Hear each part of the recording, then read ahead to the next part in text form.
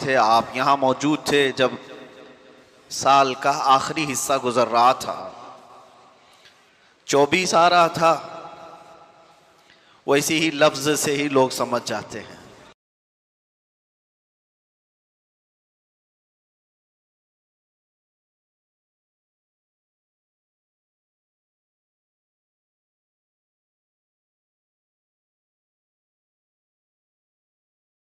वैसे ही चले गए हमारे, लेकिन खुशखबरी लेता हुआ आला हजरत का 25 भी आया।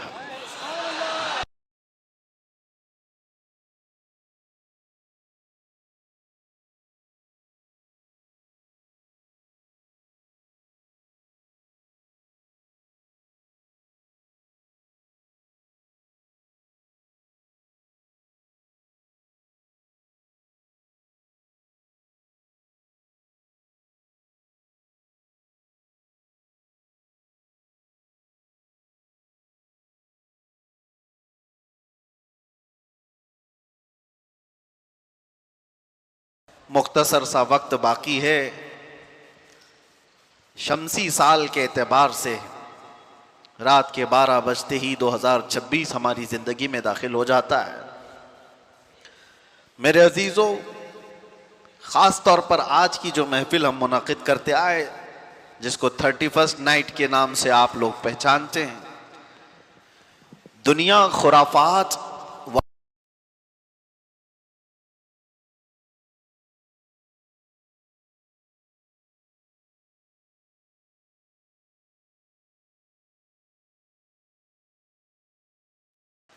तकरीबन एक रात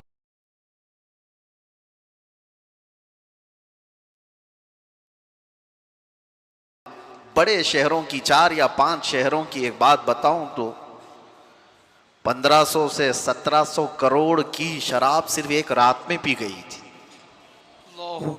उससे ज्यादा भी आंकड़े।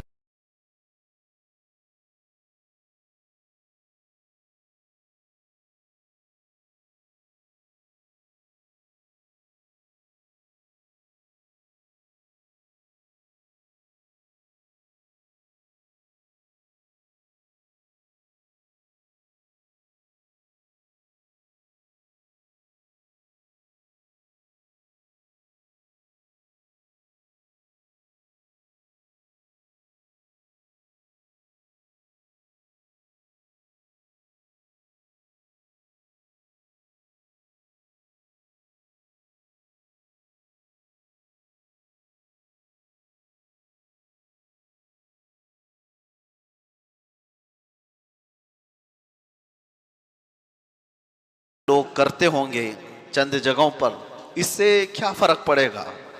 मेरे अजीजों, कभी भी इस बात की तरफ नहीं जाना कि क्या फर्क पड़ता है।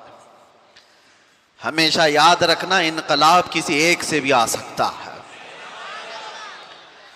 बहुत ज्यादा तादाद की जरूरत नहीं होती, कभी छोटा सा वक्त बहुत बड़ा इनकलाब लाता है। तो हम मायूस नहीं होते।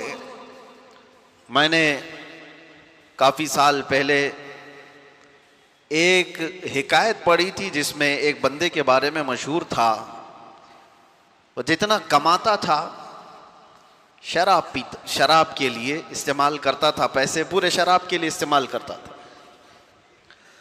और उसके बाद या तो फिर किसी तवाइफ के घर पर, यह उसका काम था। लेकिन जानते हो, इंतकाल हुआ तो वक्त के जो बड़े कुतुब थे उन्होंने उसका जनाजा पढ़ाया। हैरत की बात है। और उन्होंने दुआ की, कहा दुनिया जानती थी ये शराब अपने पैसों से खरीदता था, तवाइफ के अड्डों पर जाता था, और उसके लिए इतने बड़े बुजुर्ग ने दुआ की। उनसे लोगों ने आकर के सवाल किया, क्या आप जानते हैं उस शख्स को? लोगों में वो मशहूर है, सारी चीजें। तो उन्होंने कहा, मैं बहुत अच्छी तरह से जानता हूं, जब ही नमाज मैंने पढ़ाई। कहा जाकर के पूछो,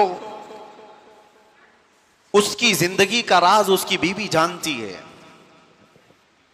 उसकी खातून से पूछ लेना। उसकी बीवी से लोग, जो जिम्मेदार लोग थे, आकर के पूछते हैं, कि तेरा शोहर कैसा था? दुनिया में तो मशहूर है वो शराबी था और तवाइफ के अड्डों पर जाता था। उसने कहा ये गलत फहमी है, तुमने उसका जाहिर देखा। मेरे शोहर ने जिंदगी भर एक कतरा भी शराब को जुबान से नहीं लगाया। कहा ये तो सारे लोगों ने आंखों से देखा है उसको, और फिर वो बाजार में भी जाता था, इसका क्या है? उस खातून ने कहा मैं अपने शोहर को अच्छी तरह से जानती हूं, जिंदगी भर कभी उसकी तहज्जुद नहीं छूटी, लेकिन जो मामला तुम जान रहे हो मैं उसकी तफसील बताती हूं। मेरे शोहर हमारे घर का मुख्तसर खर्चा रखकर अपनी कमाई का पूरा हिस्सा जाकर शराब खरीदता था, और खरीदता तो शुरू में मैंने भी इसका विरोध किया था, मुखालफत की थी, लेकिन उसने जब मुझे बताया रोजाना शराब खरीद करके लाता और गटर में बहा देता था, और उसके बाद कुछ पैसे बचाए होते किसी बाजार में जाता और रात भर के किसी को पैसे दे करके उसकी चौखट पर बैठ जाता ताकि दूसरा कोई आ ना सके। न कभी वो किसी तवाइफ को हाथ लगाया, न घर गया। उससे जब ये पूछा जाता तो कहता मेरी ताकत में जितना है उतना तो मैं गुनाह कम कर सकूं, दुनिया से बुराइयों को मैं कम तो कर सकता हूं जी, मैं पूरी शराब नहीं बहा सकता, जितनी मेरी ताकत में है उतनी तो मैं इसलिए बहाता हूं कि शराब बनने से तो मैं रोक नहीं पाऊंगा, लेकिन बन गई है तो पीने से कुछ लोगों को रोक सकता हूं। मैं बहा देता, इतनी शराब तो किसी के हलक में नहीं जाएगी, या कोई और दूसरा जिना के अड्डे पर नहीं जाएगा जितनी रात मैंने वहां पर पहरा दिया है। अपने अपने ख्यालात से उसकी खातून से लोगों ने पूछा कि इससे हुआ क्या? न शराब खत्म हुई ना अड्डे खत्म हुए। कहा एक बात याद रखो, हर इंसान को अल्लाह ने उसकी जिंदगी के इस्तिताअत के मुताबिक अमल का हुक्म दिया है, पूरी दुनिया का नहीं। जितनी ताकत है, जितनी उसकी हैसियत है, उतना अमल का हुक्म दिया। उसने अपनी ताकत के मुताबिक अमल किया और दुनिया में ही तुमने देख लिया कि उसके जनाजे पर वक्त का कुतुब नमाज के लिए आया। सुभान अल्लाह। आखिरत में जो उसकी इज्जत होगी वो अल्लाह के यहाँ है। मैं ये समझता हूं मेरे अजीजों, होंगे हजारों अय्याशी के अड्डे, उनमें एक जिक्र की महफिल भी हमारे लिए जिला बख्शने के लिए काफी है। बेशक बेशक। इतना तो है कि ये वो हसीन नौजवान हैं जिनको आज रातें अपनी तरफ बुला रही होंगी, बहुत सारे पटाखे उड़ाने वाले हैं, आज की रात ऐश और इशरत में गुजारने वाले, इनके भी दोस्तों अहबाब होंगे, लेकिन करम उस रब्बे जुल जलाल का, तुम्हें उसने बाजारों की जीनत बनने की बजाय अपने घर का मेहमान बना रखा है। सुभान अल्लाह। और रात के वक्त जब कभी कोई अपने घर बुलाता है ना तो वो कोई खास ही होता है। रात के वक्त जब कोई अपने घर में बुलाता है जी। तो खास लोगों को बुलाया जाता है, हर किसी को रात के वक्त कौन बुलाता है? और यहां मुंबई में रात के 12 बजे कोई मस्जिद में इतनी भीड़, मुंबई जैसे शहर में जहां गुनाहों की सुबह होती है शाम के बाद, यहां दिन तुलू होता है गुनाहों का रात शुरू होते ही, लेकिन इन तारीख रातों में इन नौजवानों ने इस मस्जिद को जो खचाखच भर दिया है, ये तुम्हारी अपनी ताकत नहीं, ये रब्बे जुल जलाल ने रात के इस हिस्से में तुम्हें अपने घर का मेहमान बनाया है। और सुनो हदीस पाक, मेरे आका सल्लल्लाहु अलैहि वसल्लम फरमाते हैं, जब रब तबारक व तआला किसी के साथ भलाई का इरादा फरमाता है तो उसे अपने मस्जिद का रास्ता दिखा देता है। तो ये यकीन हो गया कि यहां जितने आए हैं उनके साथ अल्लाह ने भलाई का इरादा किया है। और आने के बाद जाने से पहले रब्बे जुल जलाल से इतना अर्ज कर देना कि मौला, मैं अपनी ताकत और इस्तिताअत से नहीं आया था, तेरे बुलावे से आया, तूने बुलाया, तेरे बुलावे और फजल पे आया, अब मेरे मांगने से मुझे आखिरत में जन्नत अता करते हैं। मांगने पर अल्लाह तबारक व तआला राजी होता है। अज़ीज़ान गिरामी, हजारों महफिलें जिस तरह की भी हो रही हों, बाहर ऐशो इशरत की कौन कौन सी पार्टियां हो रही होंगी, लेकिन हर वो पार्टी जो गुनाहों की सेज पर सजाई जाती है, धब्बे छोड़ करके जाती है, जख्म छोड़ कर जाती है। जिंदगी के उन लम्हात को जिसने बर्बाद किया है, मैं आज इसी पर गुफ्तगू करना चाहूंगा। मैंने आयत भी आपके सामने सूरह हश्र की ये तिलावत की। अल्लाह ताला फरमाता है, या अय्युहल्लज़ीना आमनु तक़ुल्लाह वल तंजुर नफ्सुम मा क़द्दमत लिग़द। ऐ ईमान वालो, अल्लाह से डरो और देखो कि क़यामत के लिए तुमने क्या भेजा है, तुम क्या इन्वेस्ट किए हो इस दुनिया में। आज तुम्हारे पास वक्त है, तुम आगे के लिए अपने वक्त में क्या काम कर चुके हो, ये कुरान तुम्हें झिझोड़ कर कह रहा है। ऐ नौजवानों, मैं आपको बताऊं, अल्लाह के रसूल सल्लल्लाहु तआला अलैहि वसल्लम फरमाते हैं कि दो नियामतें ऐसी हैं जिसमें अक्सर लोग खसारे में रहते हैं। अक्सर लोग दो नियामतों में ये खसारे में होते हैं, या इससे जाहिल होते हैं, या इससे गफलत बरतते हैं। वो दो नियामतें क्या है? हदीस पाक रसूल करीम सल्लल्लाहु अलैहि वसल्लम फरमाते हैं, अस्सिहतु वल फरागा। सेहत जो अल्लाह ने तुम्हें तंदुरुस्ती दी है, ये एक नियामत, इसको आदमी हल्के में लेता है। दूसरी वक्त की नेमत, जो वक्त तुम्हें आज दिया गया है, ये वक्त जैसी गुजरता है वापस कभी नहीं आता, कभी नहीं आता। हज़रत अनस बिन मालिक रज़ियल्लाहु तआला अन्हु से एक हदीस है। अल्लाह के रसूल सल्लल्लाहु तआला अलैहि वसल्लम इरशाद फरमाते हैं, लैसा मिन यौमिन याती अला इब्न आदम। कोई दिन ऐसा नहीं कि इंसान पर जब दिन आता है, दिन शुरू होता है, इल्ला व युनादी बिही, मगर ये कि उसको रोज पुकारता है। दिन जैसे ही शुरू हुआ, इंसान से कहता है, ए बनी आदम, ए बनी आदम, मैं नया दिन हूं तेरे लिए, इन्नी खल्कुन जदीद, मैं नया दिन हूं तेरे लिए, और तू आज जो कुछ भी करेगा क़यामत के दिन मैं तेरी गवाही देने वाला हूं। रोजाना हर दिन हमारी जिंदगी में ये कहता है, और हुजूर फरमाते हैं रात भी यही कहती है। जैसी रात तुलू होती है, इंसान से वो कहती है, ए बनी आदम, मैं नई रात हूं तेरी जिंदगी में। ये आज जो रात है, ये क्या पहले कभी आई थी आपकी जिंदगी में? आज 31 दिसंबर 2025, या इससे पहले कभी आया था ये दिन? गुजर जाने के बाद कभी और आएगा? नहीं आएगा। गया वक्त फिर हाथ आता नहीं, सदा दौर दौरा दिखाता नहीं। दो नियामतें जिसमें अक्सर लोग खसारे में हैं, वो ये दो नियामतें हैं अल्लाह की दी हुई, सेहत और वक्त। और वक्त को बर्बाद करने वाले वो लोग हैं जो अय्याशियों में आज मुब्तला हैं। वक्त को जिन्होंने गनीमत नहीं समझा, हमने जिंदगी में भी बहुत सारे ऐसे लोगों को तड़पते हुए देखा है। ऐ नौजवानों, जरा बूढ़ों से पूछ लो उनकी जवानी का कैसा, आज उनको जवानी का वक्त जो गुजरा है, उनको आज कैसा परेशान करता है वक्त, कि काश हम ये कर लिए होते, काश हम ये कर लिए होते हैं। बुढ़ापा पूरा काश में गुजर जाता है, क्योंकि वो वापस किसी ने आज तक जवानी पलटा कर नहीं दी। एक बात याद रखो कि जो वक्त हमसे गुजर रहा है, नौजवान बच्चों से खास तौर पर, कि अल्लाह ताला ने बहुत बड़ी नेमत तुम्हें अता की।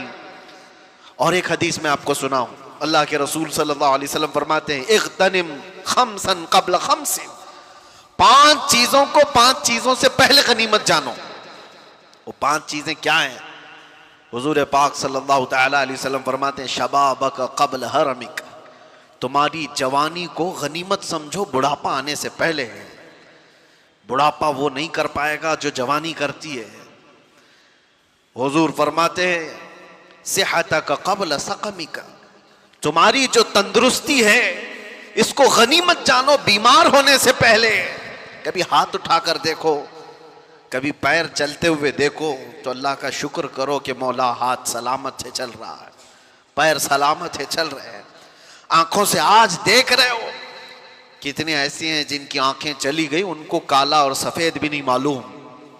दिन और रात के बदलते हुए उजाले और अंधेरियां कुछ नहीं खबर।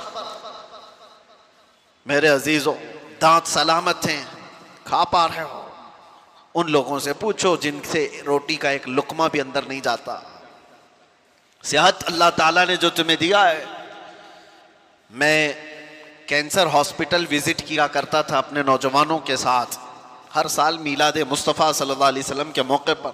एक बार एक मरीज को मैं देख रहा था जो कैंसर में मुब्तला है। कभी आप भी जाकर उनको देखना, कई किस्म के नासूर उनके जिस्म को तबाह कर चुके हैं। कीमो करवाते हुए लोग, तड़पते हुए लोग जिस्मों के लिए।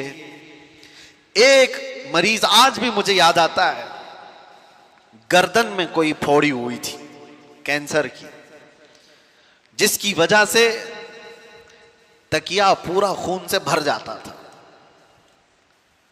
और उसको कई मर्तबा ऑपरेशन किया गया, फिर वापस। लेकिन मसला यह है कि वो बड़ी उम्र का नहीं था, 40 से 42 साल का था। उसकी एक बात मुझे याद आती, जाते ही रोने लगा। सारे लोग रोते हैं बीमारियों में, कहते दुआ कीजिए इससे नजात मिल जाए, दुआ तो करते हैं। मैं इसलिए कह रहा हूं मेरे अजीजों, वहां जाने की एक वजह यह नहीं कि फ्रूट बांट करके फोटो लेने के लिए, इसलिए जाओ कि तुम्हें तुम्हारी सेहत का अंदाजा हो जाए, अल्लाह का शुक्र करने का तुम्हें एहसास पैदा हो जाए। उसकी जगह मैं तो नहीं लेटा हूं, मेरा तो जिस्म सलामत है। और उस आदमी ने मुझसे कहा था कि हजरत मुझे सिर्फ इस बात का दुख होता है कि मैं सर उठा नहीं पाता। जैसे ही सर उठाएंगे ये फोड़ी फिर से खून रचना शुरू कर देती है। कैंसर की फोड़ी है, हिला भी नहीं पाता। इसलिए दुख होता है कि जवानी में मेरे पास अच्छा वक्त था, आज शिद्दत से ख्वाहिश होती है कि अल्लाह की बारगाह में एक सजदा कर लूं, मुझे उसकी मोहलत नहीं है। मैं सजदा करने जैसा भी नहीं रह गया। हमने कहा इशारे से तुम अपनी नमाज पढ़ लो, अल्लाह के यहाँ कबूल है। लेकिन वो कहता है शिद्दत से ख्वाहिश ये है कि पेशानी उसकी रब के हुजूर टेक तो दूं एक बार, मेरी इतनी भी इस्तिताअत नहीं। वो बात मुझे आज तक लगी हुई है। मेरे अजीजों, सेहत तुम्हारी इतनी बड़ी नेमत है कि जब ये तुमसे ख़त्म कर ली जाए तो सिवाय काश और पछतावे के कुछ नहीं रहता। हमारे पास कोई चीज़ नहीं रहती। नौजवानों ने इसको हल्के में लिया है, सेहत को बर्बाद करते हैं। और नबी करीम सल्लल्लाहु तआला अलैहि वसल्लम ने तीसरी चीज़ क्या फरमाई? आप सल्लल्लाहु तआला अलैहि वसल्लम फरमाते हैं ग़िना का क़ब्ल फ़क़रिक। आज अल्लाह ने तुम्हें तवंगरी दी है, माल और दौलत अता किया है, तो मोहताजी आने से पहले इस माल की गनीमत को समझो। इस पे अय्याशी मत करो, इसको बर्बाद मत करो। ऐसे मोहताज हो जाओगे कि फिर हमने ऐसे लोगों को भी देखा है जिनके पास थैले भर भर कर पैसे रखने की दास्तानें सुनाई जाती थी, लेकिन आज उनकी हालत यह है कि पड़ोसियों से रोटी मांग कर खाना पड़ता है। ये मैं मुबालगा नहीं कर रहा हूं, देखी हुई बातें हैं। कब तुम्हारा ये तवंगरी, तुम्हारा ये माल जाया हो जाए तुम्हें अंदाजा भी नहीं। साल साल भर में करोड़पति रोड़पति बन जाते हैं। तुम्हारे पास अल्लाह ताला ने ग़िना अता किया है तो यह अय्याशी के लिए नहीं, बर्बादी के लिए नहीं है, फजूल खर्ची के लिए नहीं है। और मैं आज ही, जैसे कि आज उर्स नूरी भी है, हुजूर सैयदना अबुल हुसैन अहमद शाह नूरी रहमतुल्लाहि तआला अलैह, हुजूर अहसनुल उलमा रहमतुल्लाहि तआला अलैह का एक कौल जो उनके साहबजादों से नकल है, फरमाते हैं कि आप फरमाते थे जो बंदा माल आने के बाद नहीं डगमगाया वो अल्लाह का महबूब है। और ऐसा बहुत कम होता है, ऐसा बहुत कम होता है। तलवार से जो डराया जाता है, मिसाल के तौर पर मैं आज ये बात बहुत सारे लोगों से कहता हूं, आजमाइश दो तरह की होती है। हमें डरा करके कोई ये कहे दीन छोड़ दे, हम तो नहीं डरने वाले, क्या कर लेगा, तलवार गर्दन पे रखता है, फांसी पर लटकाता है, सबके लिए तैयार है। ये प्राउड फील होता है। आप भी इस चीज का एहसास रखते होंगे, मैं हर तकलीफ को गवारा कर लूंगा।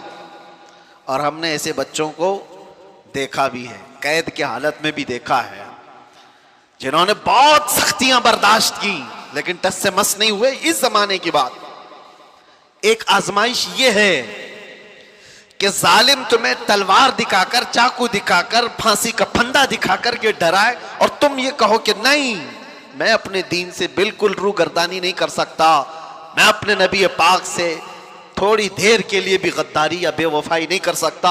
हो सकता है आप सबका ईमान ऐसा हो, लेकिन दूसरा एक इम्तिहान है, वो इससे डेंजर है। दुनिया तलवार दिखा करके जो इम्तिहान लेती है वो छोटा इम्तिहान है। माल और हुस्न दिखा करके जब इम्तिहान लिया जाता है तो अच्छे अच्छे तकवे वाले भी भस्म हो जाते हैं। वो कब निकल गए पता ही नहीं चलता। माल की लालच इंसान का ज़मीर खरीद लेती है, माल की लालच इंसान का ईमान खरीद लेती है। इसलिए मेरे अजीजों, ये हल्की बात नहीं है। तुम्हें अल्लाह तबारक व तआला ने गिना दिया है, माल दिया है, तो बर्बादी के लिए नहीं, उसकी कदर करो। एक एक चीज, और एक हदीस है, अल्लाह के नबी सल्लल्लाहु तआला अलैहि वसल्लम फरमाते हैं, 4 चीजें ऐसी हैं जब तक इंसान क़यामत के दिन इन 4 का जवाब नहीं देगा, उसे कदम भी हटाने की इजाजत नहीं होगी। ला तज़ूलु क़दमन अब्दुहु हत्ता युसअल अन अर्बा। फरमाया कि 4 चीजें ऐसी हैं कि कदम भी नहीं हटाएगा क़यामत के दिन जब तक उन चीजों का जवाब नहीं देगा। वो 4 चीजों में सबसे पहला सवाल अल्लाह ताला फरमाएगा कि मैंने तुझे जवानी दी थी, कहां खर्चा किया। तुम्हें वक्त का हिसाब देना होगा, तुम्हें बताना होगा।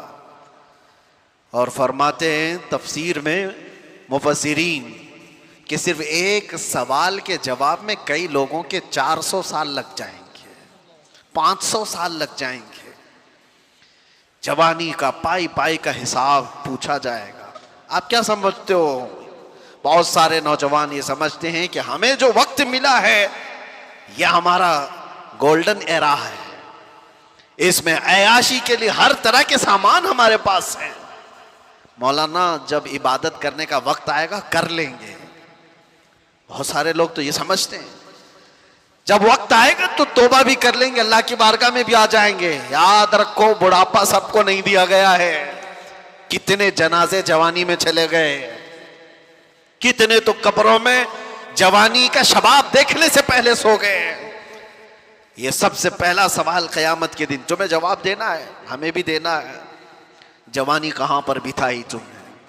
क्या तुम ये जवाब दोगे क़यामत के दिन कि रात भर फेसबुक पर चैटिंग करते हुए गुजारता था, पबजी खेलते हुए गुजारते थे, इंटरनेट की वादियों में भटकते हुए गुजारते थे? बल्कि अब के दौर में तो सवाल और भी सख्त हो गया हम सबके लिए। तुम दीन भी सीख सकते थे इसी मोबाइल से, तुम बहुत कुछ इल्म हासिल कर सकते थे इसी जरिए से, और तुमने इस सारी चीजों को सिर्फ अपने तफरीह के लिए, अपनी तबीयत की खुशी के लिए इस्तेमाल किया, उसके अलावा कुछ नहीं। मुझे बताओ, घंटों रील देखने से तुम्हारे क्या चीज में इजाफा हुआ? सिर्फ इंटरटेनमेंट। और जिंदगी अगर इंटरटेनमेंट के लिए किसी ने समझा है तो सबसे ज्यादा खसारे में है। और इसी को कुरान पाक इरशाद फरमाता है, वल अस्र इन्नल इंसान लफी खुस्र। जमाने की कसम, इंसान बड़े खसारे में है। इस आयत की तशरीह बहुत हो चुकी है, मुफस्सिरीन ने इतनी तफसीर की है कि जमाने की कसम अल्लाह ताला फरमाता है कि इंसान खसारे में, वो इंसान खसारे में है जिसने जमाने को नहीं पहचाना, ये वक्त की कदर नहीं किया। एक बात मैं आपको बताऊं, बहुत बड़े मुहद्दिस जलील हैं अल्लामा इब्ने जौजी रहमतुल्लाह तआला, फरमाते मैं अपनी इन 2 उंगलियों से 2000 जिल्दों की किताबें लिख चुका। कितनी? 2000 जिल्दें किताबें लिख चुका। 1 लाख लोग उनके हाथ पर इस्लाम कबूल कर चुके। और कई लाख लोग उनकी बातों पर तौबा कर चुके। वो इब्ने जौजी के बारे में उनके नवासे हैं। इमाम ज़हबी वो फरमाते हैं कि इब्ने जौजी का हाल ये था कि मैंने उनको पूरी जिंदगी में जुमा और जमात के अलावा बाहर निकलते नहीं देखा। यहां तक कि हजरत अबू दाऊद ताई एक बड़े सूफी बुजुर्ग हैं, फरमाते हैं वो चूरा खाते थे। चूरा समझते हैं? यानी किसी चीज को पूरा चूर करके सालन में भिगो दिया जाए, अक्सर वो खाते थे। तो उनसे पूछा गया आप हर दिन ये चूरा क्यों खाते हैं?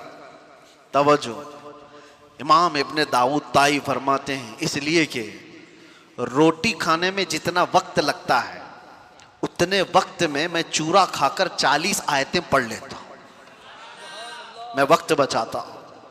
वो लोग रोटी में वक्त बचाने वाले लोग थे। मियां रोटी खाने में कौन सा ज्यादा वक्त लगता है आप तो इसको ताज्जुब से समझेंगे, लेकिन वो सूफिया थे, इतना वक्त भी जाया ना हो। एक बुजुर्ग हैं, अपने मुरीदीन के साथ बैठे हुए थे। अचानक वजू की हाजत हुई, बहुत करीब ही वजू का इंतजाम था, लेकिन आप वहीं बैठकर तयम्मुम करने लगे। तयम्मुम जानते हैं? पानी ना मिले तो उसके बदले में, वजू के बदले में तयम्मुम होता है। तयम्मुम क्या होता है? दोनों हाथों को जमीन पर मारा, चेहरे पर मसा किया, फिर दोनों हाथों को जमीन पर मारा और हाथों को मसा किया। ये वजू के कायम मकाम हो गया, वजू के बराबर हो गया। तयम्मुम कहां किया जाता है? जब पानी नहीं मिलता। उसकी बहुत सारी शर्तें हैं कि पानी पर वो कुदरत नहीं रखता, तो ऐसे मौके पर उसको तयम्मुम करने की इजाजत है। लेकिन पानी है तो तयम्मुम नहीं होगा, और अगर पानी मिल गया तो तयम्मुम टूट भी गया। उस बुजुर्ग के बारे में मैंने पढ़ा, उनके मुरीदी ने कहा हुजूर वजू का इंतजाम है, आप यहां तयम्मुम कर रहे हैं। आप फरमाते यहां से उठकर वहां जाने तक अगर मेरी मौत हो गई तो बेवजू मैं दुनिया से नहीं जाना चाहता। इतने फासले में अगर मैं मर गया तो मैं नहीं चाहता कि बेवजू दुनिया से जाऊं, कम से कम तयम्मुम के साथ तो दुनिया से जाऊं। यह उनकी फिक्रें थी जो अपने वक्त का इस्तेमाल किया उन्होंने। मेरे अजीजों, नौजवानों को आज हम जो देख रहे हैं, घंटों गलियों के नुक्कड़ पर बैठे हुए हैं, इन्होंने अपनी जवानी के अच्छे अयाम बर्बाद किए हैं। किसी से भी पूछा जाए क्या कर रहे हो? अभी ढूंढ रहा हूं। तुम्हें पता है एक वक्त कितना कीमती है तुम्हारा? अल वक्त कसैफ, वक्त तलवार है, अगर तुम इसको नहीं काटोगे ये तुम्हें काटता चला जाएगा। अभी ये जो वक्त की सुइयां गुजर रही हैं, आपको क्या लग रहा है घड़ी की टक टक टक टक, ये क्या घड़ी का खेल है? नहीं, हमारी जिंदगी को काट रही है। बचपने से जवानी आ गई, जवानी से अभी अनकरीब बुढ़ापा आ जाएगा, आपको अंदाजा भी नहीं होगा। और हम तो उस जमाने में जी रहे हैं जहां के मुतालिक मेरे आका सल्लल्लाहु अलैहि वसल्लम ने फरमाया था कयामत के करीब तुम देखोगे साल महीनों की तरह गुजरेंगे, महीने हफ्ते की तरह गुजरेंगे, और हफ्ता दिन की तरह गुजरेगा, और दिन ऐसे गुजरेगा जैसे किसी बड़ी चीज को आग लगी और बुझ गई। क्या ये देख रहे हैं कि नहीं आप? आज साल महीनों की तरह गुजरते चले गए। रमजान अभी गुजारा था और रमजान आने के इंतजार में है। और आपको पता है यही महफिल यहां पर खड़े होकर साल भर गुजर गए। इस तरफ ताजुल मशाइख हुजूर अमीन मिल्लत तशरीफ फरमा, तो महफिल भी याद होगी। हमें तो लगता है कि वो चंद दिनों पहले की महफिल होगी, लेकिन मेरे अजीजों पूरे साल के कांटे गुजरते हुए 365 दिन मुकम्मल कर चुके हैं। दिन इसी तरह से काटते हुए हमारी जिंदगी को जा रहे हैं, और अचानक वो दिन आएगा जब मलकुल मौत तुम्हारे घर पर दस्तक दे चुका होगा। और फिर जानते हो क़यामत के दिन एक सवाल होगा, जिन्होंने अपने दिन बर्बाद किए, वक्त ज़ाय किए। अल्लाह ताला कुरान में फरमाता अवलम नुअम्मिरकुम मा यतज़क्करु फीहि मन तज़क्कर व जाअकुमुन नज़ीर फज़ूक़ू फमा लिज़्ज़ालिमीन मिन नसीर। क्या हमने तुझको उम्र नहीं दी थी, जिंदगी नहीं दी थी इतनी जिंदगी मैंने तुमको नहीं दिया कि जिसमें तू नसीहत हासिल कर सकता था? अल्लाह फरमा रहा है, क्या मैंने तुझे इतनी जिंदगी नहीं दी कि जिसमें तू सुधर सकता था, अपने आप को संवार सकता था? और ऐसा नहीं कि तू खुद ही संवर सकता था, वजाअकुमुन नज़ीर, और तुम्हारे पास तो अल्लाह का डर सुनाने वाला रसूल भी आया था, फिर तुम नहीं बदले। क्यों? अल्लाह फरमाता है, फज़ूक़ू फमा लिज़्ज़ालिमीन मिन नसीर, अब जहन्नम का अजाब चखो, इसलिए कि जालिमों का यहां कोई मददगार नहीं। जालिम किसको कहा है? कौन है जालिम? जिसने अपनी जिंदगी के साथ जुल्म किया, उसने अपने वक्त को अपने हाथों बर्बाद किया, उससे बड़ा जालिम कौन है? हम अपने आप पर जो जुल्म कर रहे हैं मेरे अजीजों, अपने वक्त का जो जिया है, ये बर्बादी है अय्याशियों में। अल्लाह की पनाह, हमारी उम्रें भी इस तरह से गुजरती चली गई। मैं कुछ मशाइख और कुछ बुजुर्गों को जानता हूं, आपके सामने मैं चंद मिसालें रख दूं। आपको पता है, हिंदुस्तान की सरजमीन पर एक बहुत बड़े बुजुर्ग हैं, सुल्तानुल औलिया सैयदना सालार मसूद गाजी, बहराइच शरीफ में आराम फरमाए। बड़ा मकाम है आपका, सरकार गरीब नवाज से भी पहले के हैं।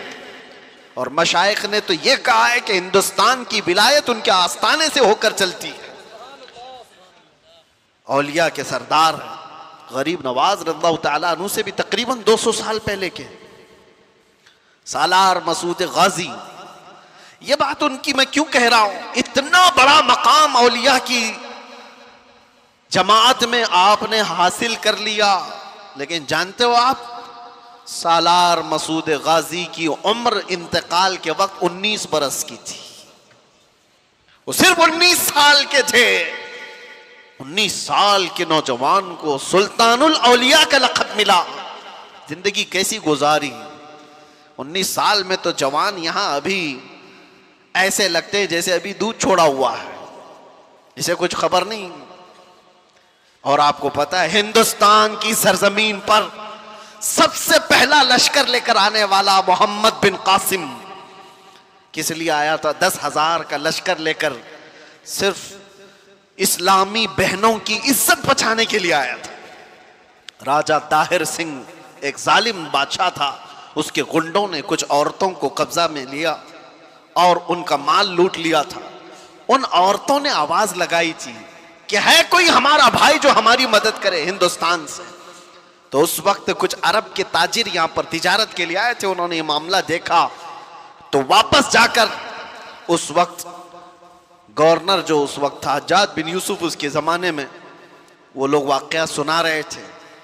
तो उसी वाकया सुनाने के दौरान दरबार में ये नौजवान मोहम्मद बिन कासिम, जो भतीजा है गवर्नर का, गुजर रहा था। सुनकर उसे बड़ा शौक हुआ। फिर अपने चचा से कहा, चचा जान मुझे इजाजत दे, मैं हिंदुस्तान जाता हूं। कहा तूने देखा हिंदुस्तान? तकरीबन 4000 किलोमीटर दूर हिंद की वादियां देखा नहीं? उसने कहा अल्लाह की मदद आएगी, मैं लश्कर लेकर जाऊंगा। और वो आया भी। और उसके बाद राजा ताहिर सिंह को उसने मुखातब करके कहा था, मोहम्मद अरबी के शेर हैं हम और हम मुकाबले के लिए आए हैं। उसके बाद 3 दिन की लड़ाई के बाद गुंडे भी, राजा भी सब तितर बितर हो गए।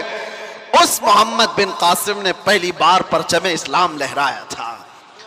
और हमारी नहीं, पंडितों की लिखी हुई किताबों में भी मोहम्मद बिन कासिम की तारीफ ऐसी लिखी गई है कि हमने किसी ऐसे जर्नेल को नहीं देखा जितने इंसाफ के साथ मोहम्मद बिन कासिम ने अपना परचम लहराया था। किसी पर जुल्म नहीं किया, मोहब्बतों के साथ लोगों में ईमान की दावत दी। सोचिए आप, मोहम्मद बिन कासिम जो अपनी बहनों की इज्जत के लिए, उसके सगी बहनें क्या हैं, तो दूर, इतने देश दूर रहने वाली पीड़िताएं, मजलूमाएं, इनकी मदद के लिए वो वहां से चलकर आया, जंग भी किया, बहनों को आजाद भी कराया और साथ ही ईमान की दौलत भी तकसीम किया लोगों में। लेकिन उसका इंतकाल हुआ था, मोहम्मद बिन कासिम का 21 साल की उम्र थी। अपने गरिबान में झांक कर देखो, 21 से गुजरे हुए भी हम बहुत हैं। 21 साल की जवानी में जो इतना बड़ा कदम उठाकर आया हो, उसके पास वक्त की कदर और कीमत थी। ये वो लोग हैं जिन्होंने दुनिया में तारीख रकम कर दी। 21 साल में वो तो दुनिया से जा चुका। मेरे अजीजों, मोहम्मद बिन कासिम अपनी बहनों की, और वो भी सगी नहीं, आहो बुका को सुनकर बर्दाश्त ना कर सका और वहां से आ गया। यहां पड़ोस की बहनों की इज्जत लूटी जाती है, किसी के कानों पे कुछ नहीं होता। क्यों? सेल्फिश हो गए। हमें कोई चीज जगाती नहीं है। नौजवानों, आज तो हालात ये है कि हमें ये तो पता होता है किसके घर की बेटी भाग गई, लेकिन ये नहीं पता होता कि किसके घर में भूखा सो रहे लोग, किसका बाप अपनी बेटी की शादी के लिए तरस रहा है, ये खबर कहां होती है। नौजवानों ने अपनी जिंदगियां किस लिए रखी हैं। मैं मोहम्मद बिन कासिम की बात आई है तो आपसे कह रहा हूं, अरे 21 साल की जवानी में तुम तो आज बाइक राइडिंग के लिए इस्तेमाल कर लेते हो, और अक्सर तो ऐसे कि इन नौजवानों ने सिर्फ फैशन के लिए जवानी को इस्तेमाल करना शुरू किया। मेरे उस्ताद गिरामी फरमाया करते कि हुजूर सरकार मुफ्ती आजम हिंद रदी अल्लाह तआला, आपकी उम्र 90 साल के ऊपर हो चुकी थी। हुजूर मेरे उस्ताद अल्लामा बहाउल मुस्तफ़ा साहब अदाम अल्लाह इक़बाल फरमाते, सरकार मुफ्ती आजम हिंद रहमतुल्लाह तआला अलैह के पास हम बैठते 90 साल की उम्र में। वो कहते थे कि मुझे पता ही नहीं चला मेरी जवानी कब आई और कब गई। ये बात वो बंदा कह सकता है जिसने जवानी के मजे नहीं चखे हों। ये वो कह सकता है जिसने जवानी के अंगारों से लुत्फ ना उठाया हो। वो फरमाते मुझे खबर ही नहीं कि कब जवानी आई और कब चली गई। बुढ़ापे में लोग सुधर जाते, मस्जिदों की तरफ आ जाते, ये अलग मसला है, लेकिन जवानी के वक्त कोई ये कहे मुझे खबर ही नहीं हुई जवानी की, वो बहुत अजीम लोग हैं। मेरे अजीजों, नौजवानी जो अल्लाह के नबी सल्लल्लाहु अलैहि वसल्लम ने तुम्हें फरमाया, गनीमत जानो बुढ़ापा आने से पहले, सेहत को गनीमत जानो तुम्हारी बीमारी से पहले, अपनी तमंगरी को, अपनी मालदारी को गनीमत जानो भिखारी होने से पहले, मोहताजी आने से पहले, फक्र आने से पहले। और हुजूर पाक सल्लल्लाहु तआला अलैहि वसल्लम ने यह भी फरमाया, वक्त को गनीमत जानो कब्ल फिराग का, यानी तुम्हारे पास आज जो वक्त, आज अल-फिरागतु कब्ल मशगूलियत, यानी तुम्हारे मशगूल होने से पहले किसी चीज में तुमको ऐसा बिजी कर दिया जाएगा कि तुम्हें खबर भी नहीं होगी। आज खाली वक्त है तो उसमें कुछ कर जाओ। जिक्र अज़कार की ये जो महफिलें हैं, ये इन्वेस्टमेंट है तुम्हारा। बाद में शायद हो सकता है किसी ऐसी चीज में लग गए, वक्त ही नहीं मिलता। कितने ऐसे लोग हैं, मैं आपको बताऊं, सैयदना यहया अलैहिस्सलाम, अल्लाह के नबी आधी रोटी खाते थे रोजाना और रात भर खड़े होते थे, रात भर इबादत करते थे। एक दिन आप खाना खा रहे थे तो आधी रोटी से ज्यादा पौनी रोटी खा लिया, पूरी नहीं, पाव और ज्यादा खा लिया। रात को जब इबादत के लिए खड़े हुए तो आधी रात को आपको नींद आने लगी और आप सो गए। फजर में उठे तो रब तबारक व तआला की तरफ से निदा आई, ऐ यहया, पाव रोटी ने तुझको मुझसे दूर कर दिया। आधी खाते थे और पूरी रात खड़े होकर मुझसे मुनाजात करते थे, ज्यादा रोटी ने तुम्हें थका दिया या फिर सुला दिया।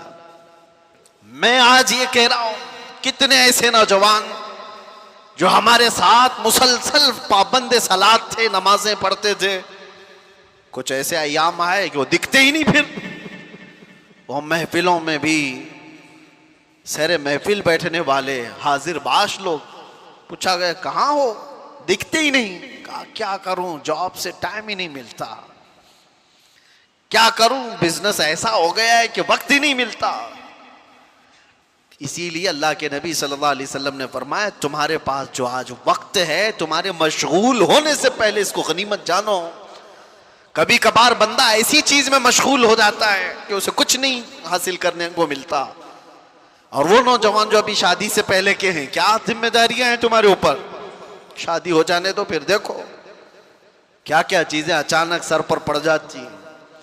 बीवी हुई, बच्चे हुए, और उसके बाद तो इसकी जिंदगी तो ऐसी, सुबह उठा, राशन लाया, कपड़े लाया, वो किया, ये किया, बच्चे को स्कूल छोड़ा है, वहां से लेकर के आए, जॉब पे जाए, खाना लाए, ट्यूशन पे छोड़े, यही सारी चीजों में मसरूफ हो गया बेचारा।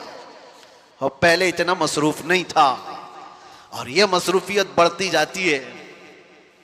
तिजारत में जब कोई कदम रखता है, मैं नहीं कहता कि तिजारत हलाल नहीं, बहुत अच्छी चीज है, लेकिन आदमी को यह हमेशा याद रखना चाहिए, जैसी वो कदम आगे बढ़ाता जाता है, उसका जो खाली वक्त अल्लाह ने दिया था, वो अब मशगूल होता चला जाएगा। और मशगूल अगर अच्छे कामों में हो जाए तो क्या कहने हैं, लेकिन दुनिया ने अगर उसको मशगूल कर लिया तो जो उसके पास थोड़ा बहुत वक्त मिलता था वो भी खत्म हो जाएगा। इसीलिए मेरे अजीजों, जिसके पास वक्त है, नौजवानों, ये नेकियों में इन्वेस्ट कर लो। जिसके पास कुछ पैसे रखे होते हैं ना, उनको लोग मशवरा यही देते हैं, क्या करेगा पैसे रख करके घर में, किसी चीज में लगा दे, इन्वेस्ट कर। घर में ये तिजोरी में सजा करके नोटों की गड्डियां रखेगा तो क्या हासिल क्या होगा? पैसे बढ़ेंगे तो नहीं। इन्वेस्ट कर तो बढ़ तो जाएंगे। मैं आज आपसे कहता हूं, वक्त तुम्हारे पास है, जिक्रुल्लाह में इन्वेस्ट करो, मोहब्बत मुस्तफा में लगा दो, और देखना बढ़ के क्या 70 गुना बढ़ करके तुम्हें मिलने वाला है। बढ़ करके ऐसा मिलेगा मेरे अजीजों, दुनिया में छाप छोड़ करके जाओगे।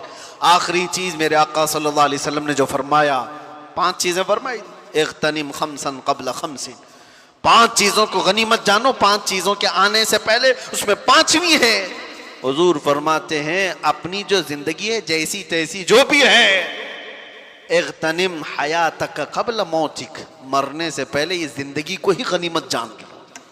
मर जाने के बाद फिर ये चीज वापस नहीं आती। आज हम जिंदा हैं, एक दूसरे को देख रहे हैं, सुन रहे हैं, तुम्हारे हाथ उठ सकते हैं, पैर चल सकते हैं, तुम्हारी जुबान चल सकती है जिक्र इलाही में। जिस दिन रूह कब्ज कर ली गई और अचानक इस दुनिया से दूसरी दुनिया की तरफ रुखसत हुए, ना कोई अमल, ना कोई बातचीत, कुछ भी नहीं। मैं आपको बताऊं, अभी हफ्ता नहीं गुजरा होगा,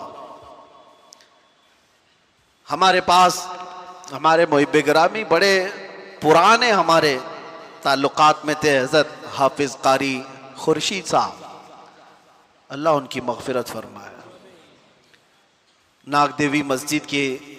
नागदेवी स्ट्रीट मस्जिद के इमाम थे 20 सालों से। हज़रत अल्लामा मुफ्ती ज़ुबैर साहब क़िबला के पुराने जानकारों में मुझसे अक्सर मिलने के लिए वो आए रात को, और बहुत देर तक बैठे, मुझसे कहने लगे, हज़रत मुझे रमज़ान में उम्रा के लिए जाना है। मैंने कहा, इस साल तरावी नहीं सुनाओ क्या? कहा नहीं, इस साल दूसरे नायब सुना रहे हैं। मस्जिद वालों ने कहा, इस साल पूरा मदीने में आप रमज़ान गुजारो। मैंने कहा बहुत अच्छा है। वो हमारे साथ जाने के लिए सारी बातें की, मरकज़ की हमारी जो तामीर हो रही है देखने के लिए गए, सारी चीज़ें। मैं वहाँ से निकल कर अजमेर शरीफ के सफ़र पर गया। दूसरा दिन नहीं गुजरा अभी, उनके साथ जो आए कई तस्वीरें भी उनकी मौजूद थी। उनके शागिर्द ने मुझे मैसेज दिया, मैं प्लेन में बैठा हूँ, कि कारी साहब का इंतकाल हो चुका है। मैं कहा कौन कारी साहब? कहा आपके पास अभी जो आके गए। कहा कैसे? अच्छे भले इंसान, उम्रा का प्लान करके गए हो। कल यहाँ पर कौन काम करने के लिए आएगा, पीओपी वाले, उनको डायरेक्शन दे करके गए हो कि ये लोग आएंगे यहाँ काम करेंगे, सारी चीजें। हाँ कुछ नहीं, घर जा रहे थे, ईशा पढ़कर रास्ते में अटैक आया और घर पहुंचने से पहले उनकी रूह कब्ज हो चुकी थी। हॉस्पिटल भी नहीं जा सके। इतने शौक देती हैं ऐसी चीजें।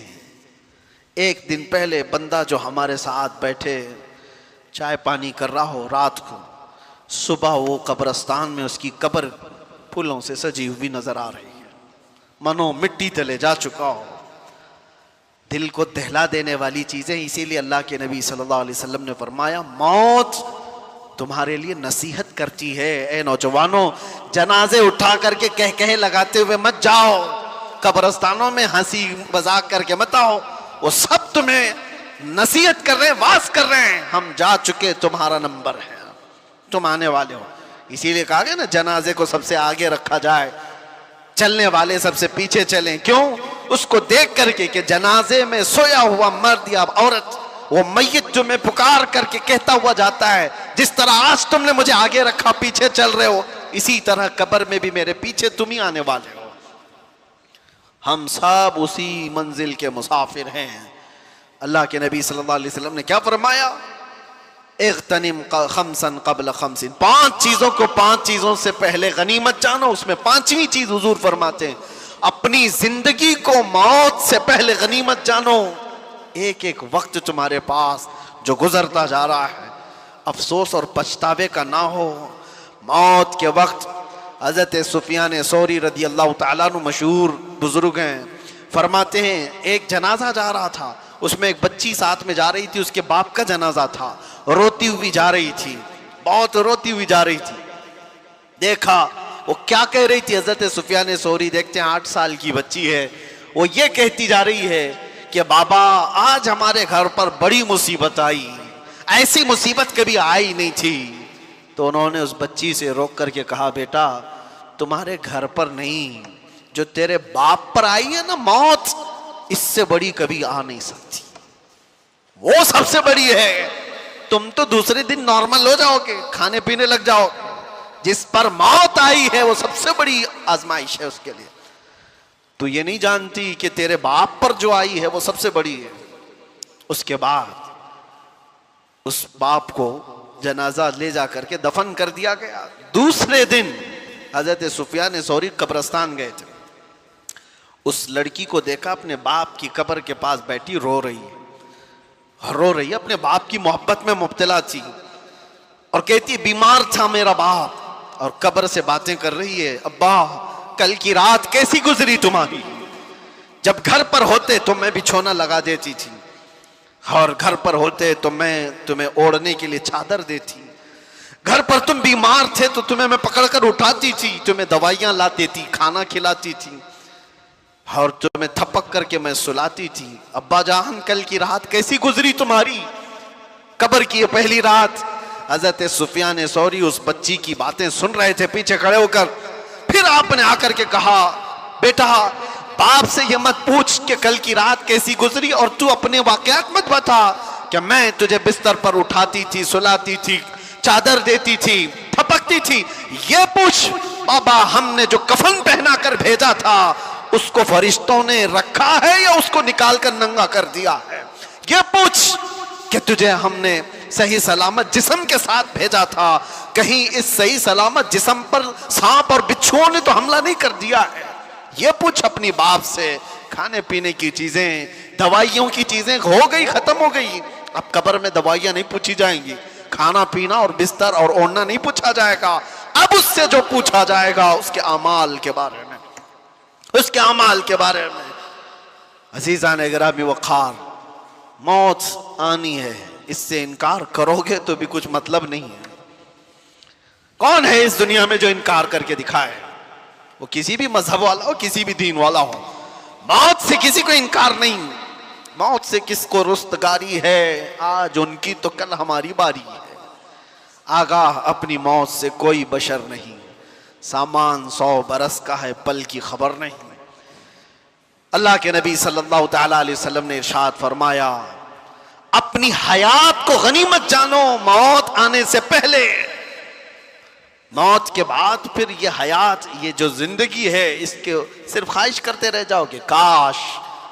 और कुरान पाक में अल्लाह ताला फरमाता है, कई लोग अल्लाह की बारगाह में तमन्ना करेंगे, ऐ अल्लाह एक बार दोबारा हमें इस दुनिया में भेज दे, हम अच्छे अमल करके आएंगे। रब ताला फरमाता है, कल्ला, हरगिज नहीं, वापस वहां कोई नहीं जा सकता। जब इस दारे पानी में, इस दुनिया में अल्लाह के वलियों को वापस नहीं भेजा गया, तुम्हारी हमारी हैसियत क्या है? एक बार कज़ा आ गई, एक बार मौत आ गई, उसके बाद इस सारी दुनिया को तर्क करके हमें जाना है। कब्रिस्तान जाने के बाद कभी मैं महसूस करता हूं, मुंबई वालों को तो बहुत सारी चीजें इबरत के लिए हासिल करना चाहिए। हमारे यहाँ कब्रिस्तानों में कब्रें दोबारा नहीं खोली जाती, यहाँ जिस तरह 6 महीने साल भर में खोल देते हैं। हम तो बचपन में कभी किसी कब्र के खुलने की भी बात नहीं सुनते थे, लेकिन यहाँ तो रोज देखते हैं। जब भी जनाजा लेकर जाए, जो कब्र खोदी जाए उसमें पता नहीं कितनी खोपड़ियां निकलती, कितनी हड्डियां निकलती, कितनों के पाँव की हड्डियां, हाथों की हड्डियां। अरे हमने तो सूखी खोपड़ियां देखी हैं यहाँ कब्रिस्तानों। और ये देखने के बाद एहसास होता है ये वो लोग हैं जो अपने उम्दा कपड़ों पे फख्र करते थे, ये वो लोग हैं जो उम्दा गाड़ियों में सफर करते थे, ये वो लोग हैं जो मर्तबों के लिए लड़ते थे, ये वो लोग हैं जिनको ताकत का नशा था, माल का नशा था। इतने आजिज और बेबस हैं कि इनकी हड्डियां बिखर गई, खोपड़ियां नीचे बिखर गई। यही सारी चीजें जिंदगी खत्म होने के करीब है, हमारी भी और तुम्हारी भी। इसीलिए अल्लाह के नबी की बात याद करो। हुजूर फरमाते, अपनी हयात को गनीमत जानो मौत आने से पहले। ये जो साल गुजरते जा रहे हैं, देखो अभी 26 आ गए हमारी जिंदगी में, आप क्या समझते हैं? ये साल के आते जाते रहने को, मियाँ ऐसा नहीं है कि ये खुशियों से पटाखे फोड़ने वाला साल है। जिंदगी का एक साल तो कम होता जा रहा है, हम तो अपनी मौत के करीब जा रहे हैं। अगर मिसाल के तौर पर तुम्हारी जिंदगी की उम्र अभी 35 साल हो गई और तुम्हारी हयात लिखी गई है 50 साल, 35 साल के बाद अब 36वां साल शुरू हुआ, तो मुझे बताओ 15 साल बचे थे और बहुत 14 हो गए, एक साल और आ गए 13 हो गए, एक साल और आया 12 हो गए। मौत से करीब तर होते जा रहे हैं हम। इसलिए हमारे हर वक्त को ये जो हयात है गनीमत जानो। अल्लाह के नबी सल्लल्लाहु तआला अलैहि वसल्लम का एक और फरमान मैं आपको सुनाऊं। रसूल पाक सल्लल्लाहु तआला अलैहि वसल्लम इरशाद फरमाते हैं कि इंसान की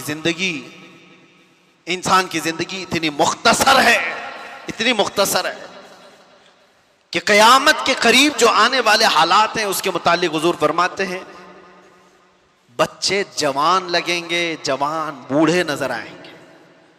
मतलब क्या है? ये वो जमाना है जिसमें बच्चे ही जवान दिख रहे हैं अब, और जवान जो है वो बूढ़े दिख रहे हैं। देखो ये 5-6 साल के बच्चों को जो आज मालूमात हैं, हमारे जमाने के जवानों को भी नहीं मालूम थी।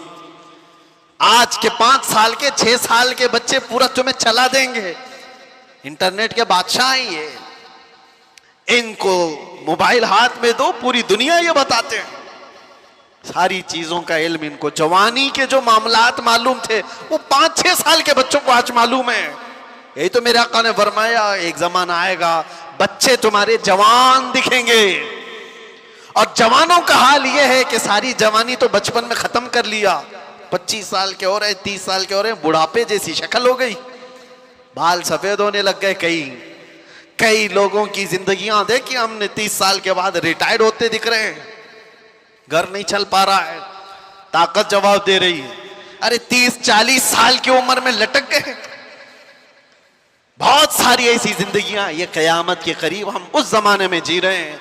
हमारी जिंदगियां अब शॉर्ट होती जाएंगी, मुख्तसर होती जाएंगी, और शायद अगलों को जो उम्रें मिली थी वो उम्रें भी हम पहुंच नहीं पाएंगे। इसीलिए जितनी जिंदगी हमारे पास मुख्तसर सी है, कुछ कर गुजर जाओ और इसको जाया होने मत दो। अजीज़ान गिरामी वक़ार, अब मैं बातों को समेटते हुए उन औलिया कामिलीन, अच्छा एक बात मैं बताना भूल गया, मैंने मोहम्मद बिन कासिम की मिसाल दी, सुल्तान सालार मसूद गाजी की मिसाल दी।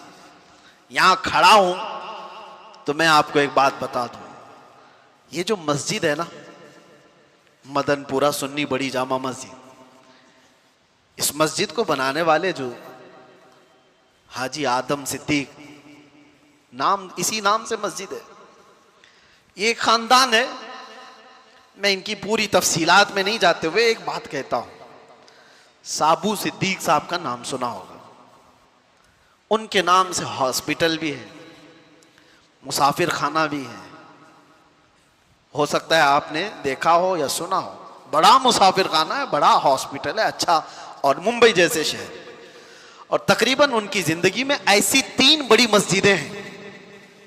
डिटेल आप हो सकता हो जो ट्रस्ट है जो ये सब चला रही है उनसे मालूमात करें या उन खानदानों से मालूमात करें। मेरे इल्म में जितना है वो साबू सिद्दीक साहब ने ये बड़ी मस्जिद, हमारी जिंदगी में मस्जिद बनाने का मसला आ जाए तो साले उम्रें खत्म हो जाएं। ऐसी बड़ी मस्जिदें जो तकरीबन 150 साल की से ज्यादा से खड़ी हूं, 3 मस्जिदें, हॉस्पिटल, मुसाफिर खाना और भी बहुत कुछ। लेकिन हैरत की बात यह है कि वो साबू सिद्दीक साहब भी 30 साल की उम्र में फौत कर चुके थे। इतनी कम उम्र में इतना सब कैसे करके चले गए? कुछ लोग वो हैं जिनके वक्त में अल्लाह ने बरकत अता फरमाया है, जो अपनी जवानी में कर गए वो बहुत बूढ़े भी नहीं पहुंच पाएंगे। इसीलिए मेरे अजीजों, ये कामों को देखने के बाद फिर एहसास होता है कि जवान अगर कोई एक खड़ा हो जाए तो अल्लाह उसको इतनी मजबूती और ताकत अता करता है कि वो हजारों को भी खड़ा कर सकता है। लोग आज समझते हैं मुख्तसर सी चीज में होता क्या है, बहुत कुछ होता है। आपको पता है पूरी दुनिया में इश्क, मोहब्बत और इश्क रिसालत का चर्चा जो हो रहा है, और बहुत सारे आशिक होंगे, लेकिन बरेली के आशिक का मामला ही अलग है। इमाम अहले सुन्नत इमाम अहमद रजा खान फाजिल बरेलवी अपनी जिंदगी में उन्होंने 1000 से ज्यादा किताबें लिखी हैं, 1000 से ज्यादा किताबें लिखी, और उनका नातिया दीवान दे को हदायके बख्शिश हल करने में उम्र लग जाएगी। अल्लामा शारे बुखारी मुफ्ती शरीफुल हक अमजदी रहमतुल्लाह अलैह फरमाते हैं, आला हजरत की किताबें तो छोड़ो, आला हजरत की किताबों के जो नाम है ना वही सही पढ़ के दिखाए दे तो मेरे नजदीक आलिम है। खाली नाम सही से पढ़ के दिखा दे।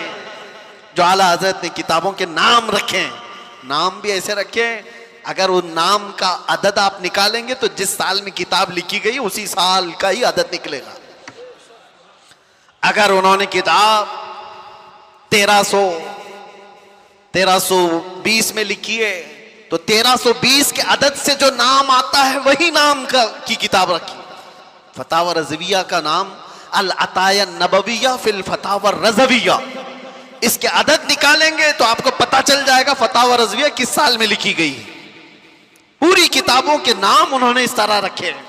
और आपको बताऊं, आला हज़रत इमाम अहले सुन्नत फाजिल बरेलवी जो कंजुल ईमान तर्जुमा कुरान दे गए, नातिया दीवान और मसाइल फिक़ह में पूरा एक इंसाइक्लोपीडिया पूरी उम्मत के लिए, लेकिन उम्र कोई उनकी 90 साल की थी, 63 साल की उम्र में वफात कर चुके थे। तो ये तो आज की नॉर्मल सी उम्र है। उसकी वजह यह है कि एक वक्त का हिस्सा भी उन्होंने जाया नहीं किया। आला हजरत जानते हो मुफ्ती कब बने थे? पहला फतवा उन्होंने 14 साल की उम्र में दिया। सुभान अल्लाह। 14 साल की उम्र में वो मुफ्ती बन चुके थे, और 8 साल की उम्र में मीलादे मुस्तफा पर 2.5 घंटे तक उन्होंने बयान किया था दलाइल की रोशनी में।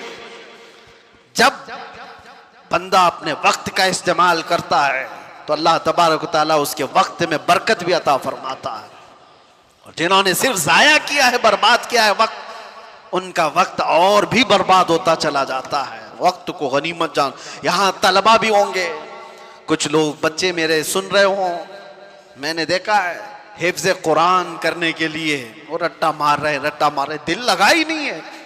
अगर तुमने शौक से नहीं पढ़ा इस कुरान को, मेरे सामने एक मिसाल है, 9 साल में भी हाफिज नहीं बना, 10 साल में भी हाफिज नहीं बना। और कुछ वो है, खुद मेरे सगे भतीजे 4.5 महीने में हाफिज कुरान बन चुके थे।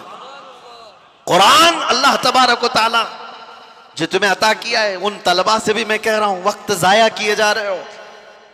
3 साल 5 साल हो गए, तुम्हें क्यों एहसास नहीं होता कि बहुत जल्दी तुम्हारी उम्र बढ़ती जा रही है। कितने ऐसे मेरे अपने जमाने में देखा, तालीम को छोड़ दिया, पूछने पर ये बताया कि शादी की उम्र हो गई, अब क्या पढ़ेंगे। कहा फिर इतने साल जाया क्यों किए कि शादी की उम्र आ गई तुम्हारी, जल्दी जल्दी पढ़ लेते, बहुत कुछ हासिल कर लेते। तलबा से भी मैं कहता हूं, वक्त गुजारते हुए, टाइम पास करते हुए अपने मदारिस में इसी तरह से रहोगे तो कुछ नहीं बन पाओगे। अपने वक्त को गनीमत जानो, टारगेट सेट करो। मुझे 2 साल में ये करना है तो मुकम्मल करना है, मुझे 5 साल में पूरा आलिम बनना है तो बनकर निकलना है। अपनी जिंदगी के औकात को जब तक आप मुतय्यन नहीं करोगे तब तक फिर आपका ये वक्त आपको खाता जाएगा। एक और मैं आपको मशहूर बात बता करके जाता हूं। मैंने अपने पढ़ने के ज़माने में पलंग के ऊपर ही लगा लिया था कि फरमाया गया, हासिबू क़ब्ल अन तुहासबू, हदीस पाक है, तुम अपना हिसाब मुकम्मल कर लो इससे पहले कि तुम्हारा हिसाब लिया जाए। तुम अपना हिसाब कंप्लीट रखो कि तुम्हारा हिसाब लिए जाना है। यकीन है कि नहीं है सबको? इक़्तरब लिन्नासि हिसाबुहुम वहुम फी गफ़लतिन मुअरिदून। अल्लाह फरमाता है लोगों के हिसाब का वक्त करीब हो चुका, लेकिन ये गफलत में मुंह फेरे हुए जी रहे हैं। वक्त करीब आ चुका हमारा। खैर, ये सारी बातों के बाद आओ मेरे अजीजों, कुरान में आप देखें वक्त की अल्लाह ताला ने कहां कहां कसम याद फरमाई। वक्त अगर ये नेमत नहीं होता तो अल्लाह ताला यूं नहीं फरमाता वद्दुहा वल्लैलि इज़ा सजा। दुहा किसको कहते हैं? चाश्त का वक्त है। लैल किसको कहते हैं? रात का वक्त है। वन्नहारी इज़ा तजल्ला, और दिन की कसम जब वो अपनी रोशनी फैलाए। वल्लैलि इज़ा यग़शा, रात की कसम जब वो छा जाए। अल्लाह कसम याद फरमा रहा है, कोई हल्की चीज नहीं है ये। दिन की कसम, रात की कसम, चाश्त की कसम, वल फज्र व लयालिन अश्र, फजर की कसम। अल्लाह ताला वक्त की कसम याद फरमा रहा है। एक एक वक्त इतना अजीम है कि अल्लाह कसम याद फरमा रहा है। तुम क्या समझो कि ये वक्त ऐसे ही गुजारने के लिए दिए गए? इन वक्तों में इनको गनीमत जानो और इनमें अपने आमाल खैर करके इन्वेस्ट करो, इनमें इन्वेस्ट करो। और जो बात मैं बताने जा रहा हूं, वक्त असल है क्या चीज, उसको समझ लो तो सारी गुत्थियां सुलझ जाए। वक्त है क्या? वक्त को आज तक कोई पकड़ सका? नहीं पकड़ सके, लेकिन पकड़ सकते हैं, पकड़ सकते हैं। वक्त पर अपना कमान बना सकते हो। वक्त को पकड़ने का मतलब क्या है? इसको घेर के नहीं रखने की बात कर रहा हूं। वक्त ऐसा कि अगर तुम इसकी बारीकी को समझ गए तो हर जमाना तुम्हारा है, हर वक्त तुम्हारा है। तुम कभी बूढ़े ही नहीं होगे, हर जमाना जवान है। वो क्या चीज है? वक्त है क्या चीज? तुम तो 31st नाइट के इंतजार में हो, अपने बर्थडे के इंतजार में हो। मेरा बर्थडे आ रहा है 20 जुलाई, 20 अप्रैल, 20 अगस्त, पकड़ने का है उसको, वक्त को पकड़ना है, उसके इंतजार में हो। तुम तो इन दिनों की तारीख को समझ रहे हो कि ये वक्त है।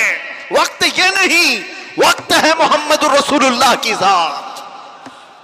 लाह भी तू, कलम भी तू, तेरा वजूद अल किताब, गुंबद आबगीना रंग तेरे मुहीत में हिबाब।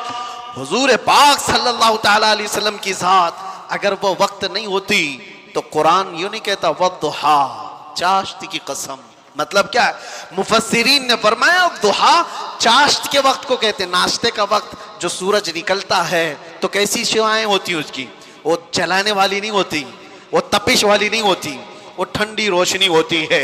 और सुबह की रोशनी हड्डियों को मजबूत भी करती है।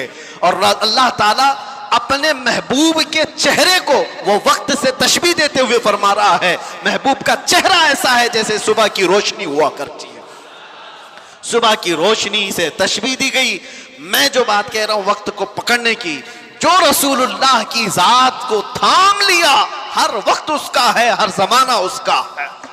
मोहम्मद के गुलामों में बुढ़ापा, ये बचपन से सुनते आए हम, बुढ़ापा नहीं आता। आला हजरत हर महफिल में आज भी जवान है। वजह क्या है? वक्त की नफ्स को पकड़े हुए आला हजरत वो बात करते थे मोहम्मद रसूलुल्लाह की, वो बात करते थे रूहे कायनात की। उन्हें पता था कायनात का पूरा वक्त ही रसूलुल्लाह है। यही तो बात है मेरे अजीजों, वक्त किसी से थमा नहीं और थम भी नहीं सकता। लेकिन आपको पता है इसी महीने में एक रात आने वाली है जिसको हम लैलतुल इसरा वल मिअराज कहते हैं। शबे मेराज आने वाली, हम रजब के महीने में हैं। इस महीने की एक रात 26वीं रजब और 27वीं शब क्या हुआ था? मुस्तफ़ा करीम सल्लल्लाहु ताला अलैहि वसल्लम की मेराज का वो वाक़या हर साल सुनते हो। हुआ क्या था? हदीसों की रोशनी में जिब्राइल अमीन आए, मुस्तफ़ा करीम सल्लल्लाहु ताला अलैहि वसल्लम को मक्का मुकर्रमा से हरम काबा तक ले गए, हरम से उसके बाद मस्जिद अक्सा ले गए। यहाँ तक का तो वाक़या कुरान बयान कर रहा है, सुब्हानल्लज़ी अस्रा बिअब्दिही लैलन मिनल मस्जिदिल हराम इलल मस्जिदिल अक्सा। पाक है वो ज़ात जिसने अपने बंदे खास को मस्जिद हरम से मस्जिद अक्सा तक ले गया। और उसके बाद हुआ क्या? सारे नबियों की इमामत फरमाई, सारे नबियों ने मेरे आका के कसीदे पढ़े। फिर उसके बाद सफर हुआ, पहले आसमान, दूसरे आसमान, तीसरे, चौथे, पांचवें, छठे, सातवें आसमान। हर आसमान पर एक एक नबी से मुलाकात। वाकया पता है? सुनो तवज्जो से, मेरे आका सल्लल्लाहु ताला अलैहि वसल्लम। उसके बाद अर्श, कुर्सी, लौह कलम, जन्नत, दोज़ख सबके मनाज़िर मुलाहिज़ा फरमाए। सिदरतुल मुंतहा पर गए। उसके बाद जिब्राइल अमीन वहीं रुक गए, आका आगे गए। हुजूर पाक सल्लल्लाहु ताला अलैहि वसल्लम अब उस जगह का सफर किए जिस जगह का नाम ही नहीं, लामकान, उसको जगह भी नहीं कह सकते। जगह वो है जो कायनात के अंदर में, वो लामका, मका ही नहीं, और उसमें सिमत भी नहीं, ना पूरब, ना पश्चिम, ना दक्षिण, ना उत्तर, कुछ नहीं। ये तो वहां है जहां सूरज निकलता है। और उस जगह मेरे आका गए जहां सूरज नहीं, चांद नहीं, उसके आगे पहुंच। और फिर वो एक ही मकाम कुर्ब था मेरे रब्बे जुल जलाल के हुजूर। रब तबारक व तआला के हुजूर गए और कैसे? काबा कौसैनी औ अदना, दो कमानों से भी कम का फासला रह गया था। मेरे आका इतने करीब गए, अल्लाह करीम ने अपने कुर्ब में, अपने जिलों में जितना वक्त चाहा हुजूर पाक सल्लल्लाहु अलैहि वसल्लम को शरफ़े मुलाकात अता किया। बाद में फिर हुजूर आए। बयान करने में इतना वक्त लग रहा है, मेराज का पूरा वाक़या भी नहीं, समरी बयान कर रहा हूँ, खुलासा। और हुजूर रब ताला के हुजूर से तोहफा भी लेकर के आए, पता है? 50 नमाजों का। मूसा अलैहिस्सलाम मिले, कहा 50 आपकी उम्मत नहीं पढ़ पाएगी, कम करा लाएं। गए अल्लाह की बारगाह में, 5 कम कराए, फिर आए, फिर 5 कम कराए, फिर आए, फिर 5 कम कराए। 9 बार बार बार बारगाह रब्बुल इज्जत में जाते रहे, आते रहे। आखिर में 5 रह गई, फिर आए। सोचो ये बयान करने में इतना वक्त लग गया, सिर्फ छोटा सा समरी और खुलासा। लेकिन हकीकत इस वाक़े की ये है, ता अर्श गए फिर आए मोहम्मद। कैसे? हुजूर अर्श भी गए, वापस भी आ गए। लेकिन शायर कहता है, जंजीर भी हिलती रही, बिस्तर भी रहा गरम, ता अर्श गए फिर आए मोहम्मद सल्लल्लाहु अलैहि वसल्लम। जिस कमरे में आप आराम कर रहे थे, दरवाजे की कड़ी, अगर दरवाजा खोल करके आदमी जाए तो कड़ी कितनी देर तक हिलती रहेगी? रिवायतों में यह मिलता है, दरवाजे की जो जंजीर है, मियां आप दरवाजा बंद करके गए तो कड़ी हिलती है थोड़ी देर तक के लिए। हुजूर जब मेराज का पूरा सफर तय करके आए थे तो दरवाजे की कड़ी अभी हिल रही थी। और बिस्तर पर आदमी सो करके उठे तो बिस्तर कितनी देर तक गर्म रहेगा? Minute, 1.5 minute. लेकिन हुजूर जब मेराज से वापस आए तो बिस्तर अभी भी गर्म था। यह नहीं कहा गया कि सूरज अभी नहीं तुलू हुआ था, यह नहीं कहा गया कि रात पूरी नहीं गुजरी थी, बल्कि यह कहा जा रहा है, अरे जंजीर भी हिल रही थी और बिस्तर भी रहा गरम, तार्श गए फिर आए मोहम्मद सल्लल्लाहु अलैहि वसल्लम। अब यहां पर अकल के घोड़े दौड़ाने वाले एथिस्ट आते हैं और कहते हैं ऐसा कैसे हो सकता है, ऐसा कैसे हो सकता है। उनका जवाब हम फिर कभी देंगे, यह हमारी पाक महफिल है, बारगाह मुस्तफा का जिक्र है, तो जाहिर सी बात है ये आशिकों की महफिल है। जब पाखंडियों की होगी तब उनको जवाब देंगे। तुम साइंस के वजूद पर यकीन और ईमान रखने वाले लोग, पहले तो तुम ये भी नहीं मानते थे कि बंदा एक जगह से 2000 किलोमीटर का सफर 1 घंटे में कर सकता है। आप कहते हैं ऐसा कैसे हो सकता है? आज तो मानते हो रॉकेट से कर सकते हैं, प्लेन से कर सकते हैं। अरे आज तो नाकाबिल यकीन तरक्कियां चीन और जापान कर चुके हैं। वहां तो ट्रेनें ही प्लेन की रफ्तार पकड़ चुकी हैं। आज तो ऐसी ऐसी तरक्कियां हैं कि आदमी पूरी दुनिया को 1 सेकंड में देख रहा है, इधर से उधर बहुत कुछ होता जाएगा। इन सब पर उनको यकीन है, इन सब पर यकीन है। लेकिन जो बात मेरे मुस्तफ़ा करीम सल्लल्लाहु अलैहि वसल्लम की जा रही है उस पर यकीन नहीं होता। उनको जवाब अकल से देना होता है, इसलिए ये महफिल अलग है, अकल से देंगे। आज मैं आपसे कहता हूं ये सारी बातें अगर तुम्हारे जहन में आती हैं, क्या ऐसा कैसे हो सकता है? इतने शॉर्ट टाइम पर ये सारा वक्त कैसे मैनेज हो सकता है? बाज लोग इसको टाइम ट्रैवल भी कहते हैं, यानी वक्त को घेर देना और बहुत कुछ काम हो जाना। अल्लाह तबारक व तआला वक्त का मालिक है। वो जिसके लिए चाहे वक्त को फैला दे और जिसके लिए चाहे समेट दे। और अब मैं जो बात बताने जा रहा हूं, मैंने क्या कहा था? वक्त रसूलुल्लाह की जात। मैंने ये जुमला कहा, सुनिए, मेराज का ये सारा सफर एक छोटी सी मिसाल में मैं दे दूं। एक छोटी सी मिसाल में घड़ी लगी है, सामने लगी है, 12:30 बज रहे, हम 25 से अभी 26 में आ गए। घड़ी चलती है, उसके अंदर बैटरी होती है, पता है ना, सेल लगे होते हैं, बैटरी लगी है, वो कांटे चल रहे हैं। बाकी उस घड़ी का थोड़ी ना कमाल है। उस घड़ी से अभी 12:30 बज रहे हैं, कोई उतार करके मेरे पास दे दे, मैं उसकी बैटरी निकाल लूं और अपने पास रख लूं। उसमें 12:30 से 1 मिनट भी आगे जाएगा, घड़ी वहीं रुकेगी। ठीक है, मैं उस बैटरी को 1 घंटा, 2 घंटा, 4 घंटा, 6 घंटा अपने पास रखूं। 6 घंटे के बाद मैंने वापस उस घड़ी में बैटरी डाल दी। घड़ी क्या 6 घंटे आगे से चलेगी या जहां रुकी थी वहीं से चलेगी? 12:30 जहां बजे थे वहीं से चलेगी। एक छोटी सी मिसाल है मेरे अजीजों, तुम क्या समझते हो? मुस्तफा की जात रूहे कायनात है, वाह वाह सुभान जाने अल्लाह। कायनात है। मुस्तफा की जात जाने कायनात है, रूहे कायनात है। मेराज की शब रब ताला ने रूहे कायनात को, कायनात की जान को अपने पास बुलाया था। अब पता नहीं 100 साल रखा, 200 साल रखा, 500 साल रखा, पता नहीं हजारों साल रखा, लेकिन जान को जब वापस कायनात में भेजा तो वक्त जहां थमा था वहीं से चल पड़ा। नारे तकबीर, नारे रिसालत, जश्न ईद मिलादुन नबी, लब्बैक या रसूल अल्लाह।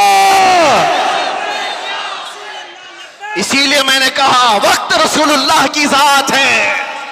वो अगर थम गए तो कायनात थम गई, वो अगर आ गए तो कायनात चल पड़ी। इसी को हमारा इमाम अपने अशार में यूं गुनगुनाते हुए कहता है, वो जो न थे तो और वो जो न हो तो, जान है वो जहान की, जान है वो जहान की, जान है वो जहान की, और जान है तो जहान है, जान है तो। हाँ, अगर वो ना हो तो फिर कुछ ना हो। इसलिए मेरे अजीजों, वो ज़ात अक़दस कायनात का वक्त है। इसीलिए हमने देखा जो रसूलुल्लाह को थाम लिया वो पूरे वक्त का बादशाह हो गया। हर वक्त उसका है, हर वक्त उसका है। हम तो बहुत छोटे लोग हैं, बहुत छोटे लोग हैं। मैं अपने जमाने के जितने मशाइख और उलमा हैं उनके तलवों की गर्द के बराबर नहीं हूं, लेकिन मैंने अपनी जिंदगी में तजुर्बा करके देखा, दुनिया मुझे पहचानती है तो मेरे मुस्तफा के कदमों की नौकरी की सदके, नामों से रिसालत की बात पर, हुजूर की इज्जत पर अगर मुझ जैसा नाहंजार आदमी इस जात की इज्जत पर बात करे तो गोया कि उसने वक्त को पकड़ लिया है। सुभान अल्लाह। वक्त को पकड़ लिया है, और वक्त को ऐसा पकड़ा कि सुबह भी भीड़ है, दोपहर में भी भीड़, रात को भी भीड़, और ये मैं अपनी तारीफ में नहीं कह रहा, इसीलिए मैं एक जुमला अक्सर कह करता हूं, उनकी बात करो हर दिल पे राज करो। वक्त वो है मेरे अजीजों, 24 जाए, 25 जाए, 26 जाए, जिंदगी भी चली जाए, लेकिन अल्लाह तुम्हारा नाम मुर्दा होने नहीं देता। हाँ, एक बात याद रख लो, जो पटाखे उड़ाने वाले थे उनकी भी उड़ गई, और जो मेरे मुस्तफा का परचम बुलंद करते रहे, दुनिया उनको 1000 टुकड़ों में भी काट दे, लेकिन उनका नाम अल्लाह ताला बच्चे बच्चे की जुबान पर जिंदा रखता है। क्या हमारे जमाने से, हमारे दौर में इमाम शरफुद्दीन बूसीरी खत्म हो गए? क्या सादी शिराजी खत्म हो गए? क्या हमारे जमाने में हाफिज शिराजी, मुल्ला अब्दुल रहमान जामी खत्म हो गए? ये वो लोगों की बात मैं कर रहा हूं जो दरबारे रिसालत के कसीदा खां लोग थे, हुजूर की तारीफ में, मदह सराई में मगन रहने वाले लोग थे। इसीलिए मेरे अजीजों, मैं एक बात कहता हूं, मेरे आने से पहले मुझे इस्लाह के लिए भी करना था।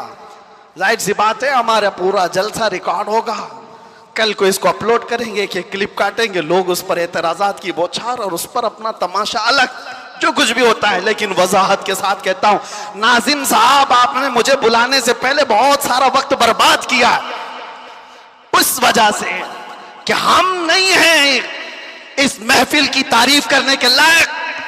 इतना वक्त अगर मेरे मुस्तफा की तारीफ करते तो रहमत के फरिश्ते उतर रहे होते।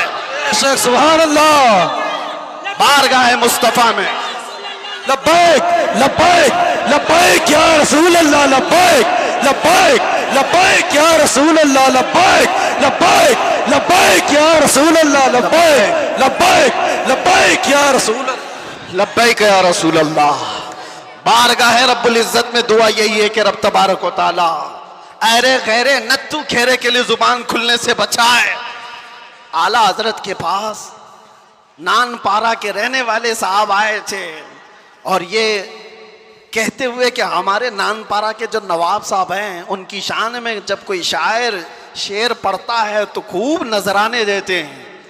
शायर लोगों का हाल यही है, और कुरान ने उनको कहा है, वश्शुअरा यत्तबिउहुमुल गावून, अक्सर शायर तो गुमराही की वादी में गिर जाते हैं, अक्सर शायर। लेकिन बारगाह मुस्तफा के शायरों की बात नहीं है ये, दुनिया की मदद सराई। मैं इसलिए कह रहा हूं, मियां आप बुरा ना समझे, बहुत सारे नाजिम का मतलब समझते हो, अनाउंसर जो हमको बुलाने के लिए भी होते हैं, इसकी जरूरत भी नहीं महसूस होती, कौन नहीं पहचानता हमको, सीधे आप मेरा नाम लेकर पुकारते, वैसे भी ये लोग नारे लगाते। ना हमको आसमान पर चढ़ाने की जरूरत और उसके बाद फिर गिराने की जरूरत। दुनिया पहचानती है तो वक्त मुख्तसर नाम ले, हम तो अपने अलकाबात के भी कायल नहीं हैं। मैं कह रहा हूं, आला हजरत के पास साहब आए और उन्होंने कहा कि आप बहुत अच्छे शायर हैं मौलाना अहमद रजा खां, एक मनकबत या एक नज्म हमारे नवाब साहब के लिए भी लिख दीजिए, मैं जाकर के सुनाऊंगा तो बड़े नजराने मिलेंगे। आला हजरत कलम के बादशाह।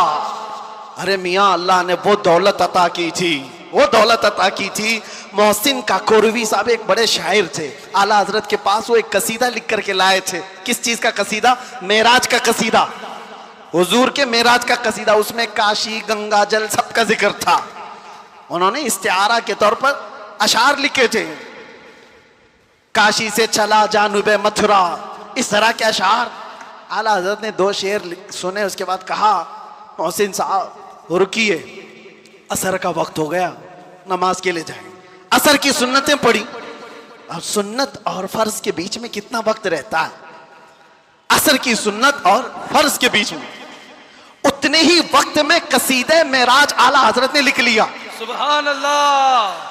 और असर की फर्ज नमाज के बाद आए और कहा, कहां है काकोरवी साहब, सुनिए मैंने भी लिखा है।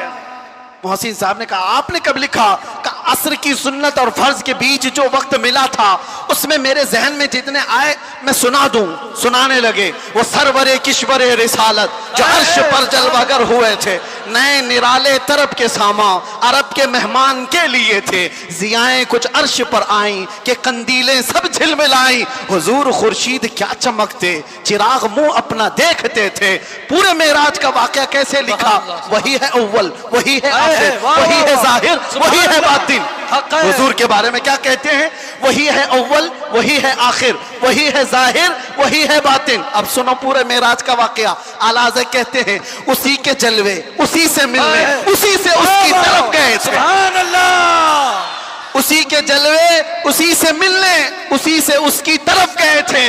पूरे अशार सुनते रहे काकुरवी साहब, खत्म ही नहीं हो रहे हैं। आला हज़रत ने, जानते हो ये कसीदे मेराज 4 शेर, 6 शेर, 8 शेर का नहीं, पूरे 168 अशार लिख दिए थे। सुभान अल्लाह। जिसको कादिरुल कलामी इतनी हो, जिसको अल्लाह ताला ने है, जिंदाबाद जिंदाबाद आला हजरत, जिसको अल्लाह ताला ने इतनी कादिरुल कलामी अता की है अशार की जुबान पर, तो वो जब कलम चलाए तो क्या नहीं कह सकता।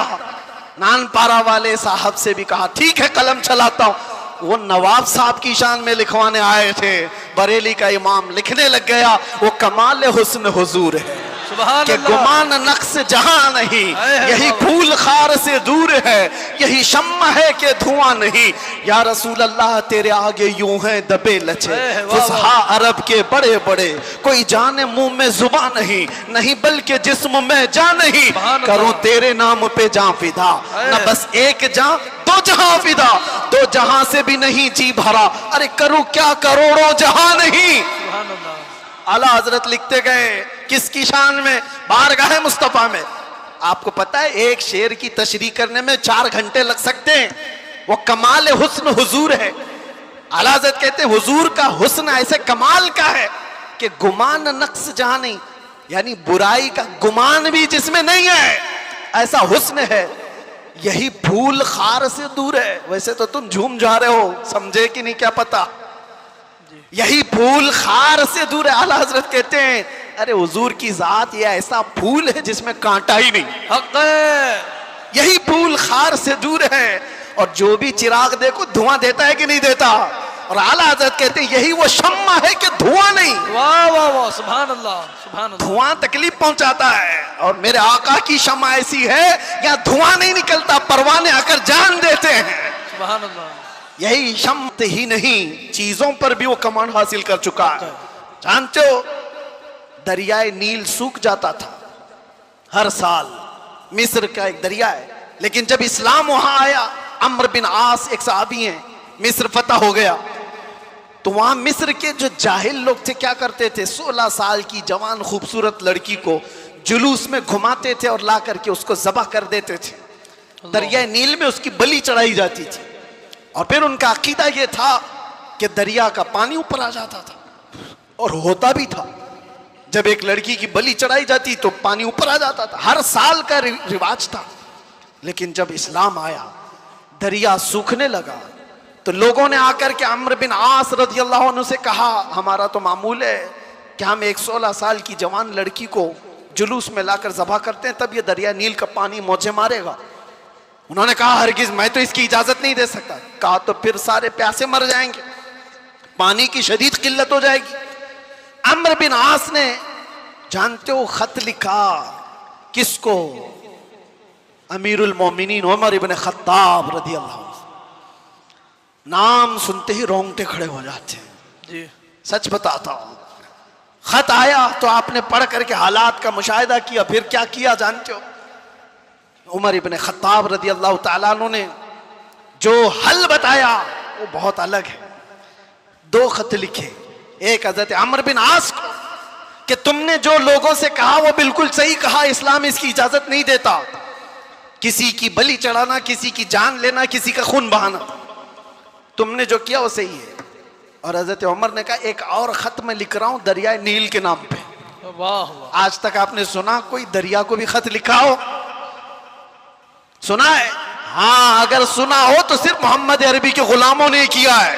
बेशक सुभान अल्लाह सुभान अल्लाह। आज के बैठे हुए 1400 साल बाद के कुत्ते मोहम्मद अरबी सल्लल्लाहु ताला अलैहि वसल्लम की शरीयत को नोच खाने की कोशिश करते हैं। इन्हें पता भी नहीं, ये इस्लाम को ऐसे अंदाज में बयान करके लोगों में शक व शुबा पैदा करने की कोशिश करते हैं। ये इस तरह के कितने आए कितने चले गए, कितने आए लोग आज बैठ करके इस्लाम को खत्म करेंगे, मुसलमानों का कत्ल करेंगे, क्या क्या। आज भी मैं देख रहा था पाखंडी तलवारें बांट रहा है, कोई चाकू चुरियां बांट रहा है। तुम उनको तलवारें दिखा रहे हो जो 1400 साल से करबला सुनते आ रहे हैं। सुभान अल्लाह। ये चीजें पुरानी हो गई, पुरानी हो गई। ये सब चीजों से डर और खौफ का माहौल नहीं ला सकते। इस्लाम था, इस्लाम है, इस्लाम रहेगा। मैं कहता हूं उन्होंने पढ़ा नहीं इस्लाम को, पढ़ा नहीं। मेरे आका के गुलामों ने दुनिया की रीत रिवाज को, तूफानों की, आंधियों के रुख को कैसे मोड़ दिया था। हजरत उमर इब्न खत्ताब ने दूसरा खत लिखा दरियाए नील के नाम पे, दरियाए नील के नाम पे। अरे दरिया है, क्या लिख रहे हैं, बिस्मिल्लाहिर्रहमानिर्रहीम।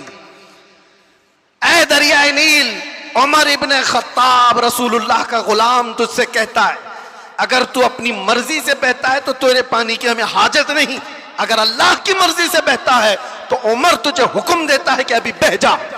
वाह सुभान अल्लाह। खत में लिखा और उसके बाद दोनों खत गए, एक अमर बिन आस का था, एक दरियाए नील का था। हजरत अमर बिन आस ने अपना खत पढ़ा, फिर दरियाए नील के नाम जो खत था वो ला करके दरियाए नील में डाल दिया। कसम खुदा की, तारीख की सच्चाइयां बताती हैं उस वक्त शबाब पर दरिया नील 16 गज ऊपर आ चुका था। सुभान अल्लाह। और वो जमाना है कि आज का जमाना दरिया नील कभी सूखा ही नहीं, सुभान अल्लाह, कभी सूखा ही नहीं। ये है मेरे आका सल्लल्लाहु ताला अलैहि वसल्लम के गुलामों की जिंदगी। मेरे अजीज दुरूद पाक पढ़ लें। अल्लाहुम्मा सल्लि अला सय्यिदिना मुहम्मद व आलिहि व अस्हाबिहि व बारिक वसल्लम। सलातु व सलामन अलैका या रसूलल्लाह सल्लल्लाहु ताला अलैहि वसल्लम। एक मिसाल दे देता हूँ, गुफ्तगू ख़त्म करता हूँ। अभी मैंने बताया ना, मेरी तकरीर में ही बताया, तयम्मुम का मसला बताया, पानी आ गया तो तयम्मुम ख़त्म। हम तयम्मुम में पानी आ चुका है।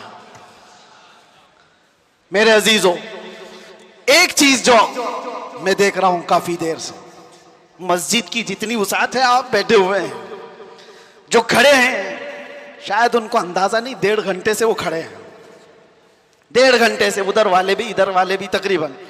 मैं बोलता जा रहा हूं, मैं भी खड़ा हूं, और जो खड़े हैं उनमें से एक एक से भी मैं पूछता हूं कि तुम्हें वक्त के गुजरने का अंदाजा हुआ? 1.5 घंटा गुजर गया, इसलिए कि यहां बात रसूलुल्लाह की चल रही है, बात इज्जत मुस्तफा की है। वक्त की जब बात की जा रही है तो वक्त का अंदाजा नहीं होता। मैं किसकी बात कर रहा हूं? वक्त की बात। वक्त कौन है? रसूलुल्लाह की ज़ात। और इसी को कुरान कहता है वद्दुहा, कभी वल्लैल और कभी वल अस्र। जहां वक्त की कसम याद की गई है, मुफस्सिरीन फरमाते हैं उससे मुराद ज़ाते रसूल है, रसूलुल्लाह की ज़ात है। और मेरे आका सल्लल्लाहु ताला अलैहि वसल्लम की ज़ात को जिसने थाम लिया, उसने वक्त को पकड़ लिया है, वक्त को पकड़ लिया है। हर वक्त तुम्हारा है। और एक बात ये भी, जो हुजूर की गुलामी में आया उसने वक्त को ऐसा पकड़ा है कि बुढ़ापा कभी नहीं आता उसका। वो हर जमाने का जवान है, हर जमाने का जवान है। इसीलिए जिन औलिया कामिलीन को हम सुनते हैं, हमारी तसव्वुर में ऐसा आता है, इमाम हुसैन का जब जिक्र करते हो, इमाम हुसैन का जब जिक्र करते हैं, सच बताना, मेरा अपना भी मुशाहिदा, करबला की दास्तानें सुनते हैं तो ऐसा लगता है एक वो हसीन जवान जो करबला के मैदान में डटकर मुकाबला कर रहा है। पूरा तसव्वुर तो यही रहता है करबला का वाक़या सुनने के वक्त, लेकिन पढ़ने के बाद पता चलता है कि उनकी उम्र तो 56 साल की थी। गौसे पाक का तज़किरा आता है तो शक्ल शबाद तसव्वुर में ऐसी आती है किसी हसीन जवान की। गरीब नवाज का तज़किरा आता है तो किसी हसीन जवान की। इसलिए मेरे अजीजों, कि ये रसूलुल्लाह की जात से ऐसे वाबस्ता लोग हैं कि वो हर जमाने के जवान हैं, हर जमाने के जवान हैं।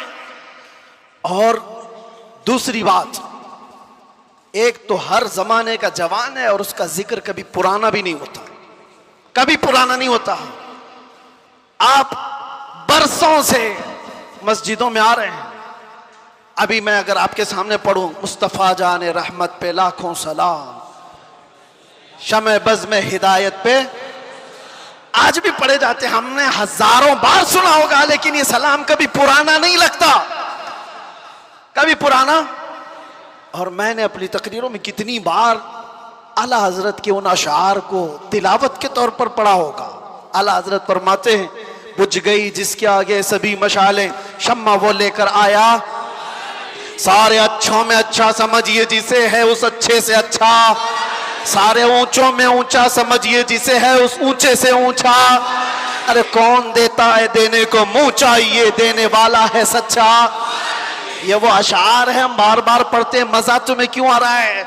दुनिया गाने सुनती है जब तक उसका जमाना होता है, जमाना पुराना हो जाए तो नए गानों की धुन तलाश करती है दुनिया।